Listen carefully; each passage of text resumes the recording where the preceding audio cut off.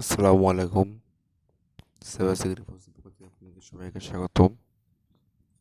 আজকে আমি আপনাদেরকে বোঝাবো বা দেখাবো যে কীভাবে ধরেন আপনার আইডির মতো সেম টু সেম কেউ একটা আইডি খুলেছে। অনেকে আমাকে ফেসবুকের মধ্যে রিকোয়েস্ট করে যে ভাই আমার নাম আমার ছবি দিয়ে আইডি খুলছে, ভাই ওই আইডিটি ভাই কীভাবে ডিসেবল করবো। তো এটার জন্য সবচেয়ে সহজ পদ্ধতি, যদি আপনার ফেসবুকের নাম, ফেসবুকের আপনার প্রোফাইল পিকচার, কভার পিকচার দিয়ে আপনার যদি কেউ যদি আপনার আইডি খুলে, তাহলে আপনারা করবেন কি, আপনারা আপনাদের যে ইয়েল আইডিটি আছে সেই ইয়েল আইডি দিয়ে ওই ভিক্টিম আইডিতে যাবেন। সাপোজ ধরেন আমার এই আইডির নামটা এখানে প্রোফাইল পিকচার নাই, যদিও আমার আইডির নাম হাসিব হাসান হিমেল, সেম টু সেম আমার আইডি মনে করেন আরেকটা হাসিবুল হাসান হিমেল। ধরেন ধরেন এই আইডিটি ক্লোন করছে আমাকে, সাপোজ ধরেন ক্লোন করছে আমাকে।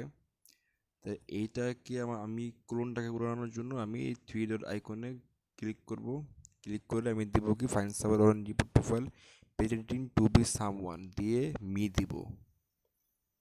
এখন মি দিব, মি দেওয়ার পরে রিপোর্ট প্রোফাইলে যাব। রিপোর্ট প্রোফাইল যাওয়ার পরে এখানে টিক চিহ্ন যেটা আছে এটা অন দিয়ে সাবমিট রিপোর্ট দিয়ে দেবো। আমি এখন রিপোর্ট সাবমিট দেবো না, কারণ এটা দেখানোর জন্য আপনাকে আপনাকে বলছি। প্রোফাইল পিকচার যদি আপনারটা দেওয়া থাকে তাহলে থ্রি আইকনে বাটনে ক্লিক করে ফাইল সার্ভার রিপোর্ট প্রোফাইলে যাওয়ার পরে আপনারা দেবেন স্প্যাম।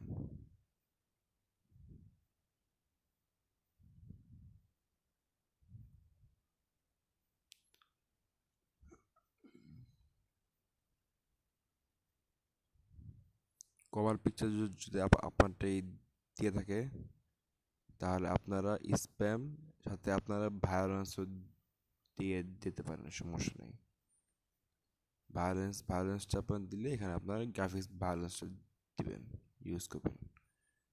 গ্রাফিক্স ভায়োলেন্স দেওয়ার পর এখানে I did like to feeling distribute দেওয়ার পর নেক্সট দিবেন, রিপোর্টটি সাবমিট হয়ে যাবে।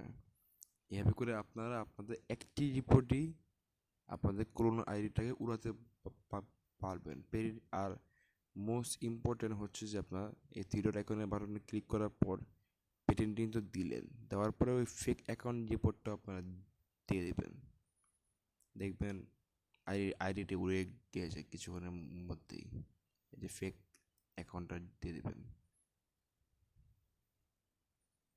দেখবেন আপনাদের যে ক্লোন আইডিটি সেটা আপনাকে যে ক্লোন করছে ওই আইডি যত স্ট্রং হোক উড়ে যাবে। এই ভিডিওটি 100% ওয়ার্কিং, ট্রাই করে দেখতে পারেন। যদি আপনি হ্যারাসমেন্টের শিকার হন, তাও যদি কাজ না হয় বা কিছু বুঝতে সমস্যা আমাকে জানাবেন। সাইবার সিকিউরিটি ফোর্সের পাশে থাকবেন। আসসালামু আলাইকুম।